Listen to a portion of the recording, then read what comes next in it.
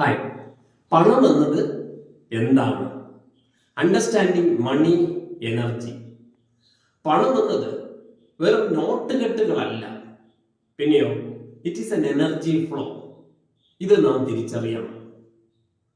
പണത്തെക്കുറിച്ചുള്ള നമ്മുടെ ചിന്താശൈലിയും മനോഭാവവും എങ്ങനെയാണ് നമ്മുടെ ജീവിതത്തിലേക്ക് റിഫ്ലക്റ്റ് ചെയ്യുന്നത്?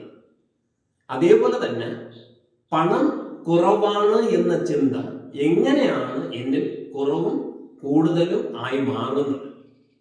ഇത് നാം തിരിച്ചറിയണം. അതിന് ഞാൻ നമുക്കൊരു ആക്ടിവിറ്റി തരാം. പണത്തെക്കുറിച്ചുള്ള നമ്മുടെ ചിന്തയും മനോഭാവവും എന്താണ്? ബാല്യകാലം മുതൽ ഞാൻ പണത്തെക്കുറിച്ച് ചിന്തിക്കുന്നത് എന്താണെന്നുള്ളത് എഴുതി തയ്യാറാക്കുക.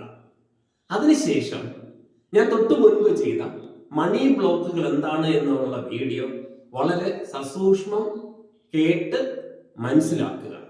അതിനുശേഷം 21 ദിവസം 21 തവണ ഞാൻ അടുത്ത് പറയുന്ന ഈ അഫർമേഷൻ എഴുതി വായിക്കുക. നിങ്ങളുടെ ജീവിതത്തിൽ വലിയൊരു മാറ്റം മണി മാനിഫെസ്റ്റേഷനിൽ സംഭവിക്കും. അഫർമേഷൻ ഇതാണ്: എൻ്റെ ജീവിതത്തിലേക്ക് സ്വാഭാവികമായും സന്തോഷത്തോടുകൂടെ പണം ഒഴുകിയെത്തുന്നു.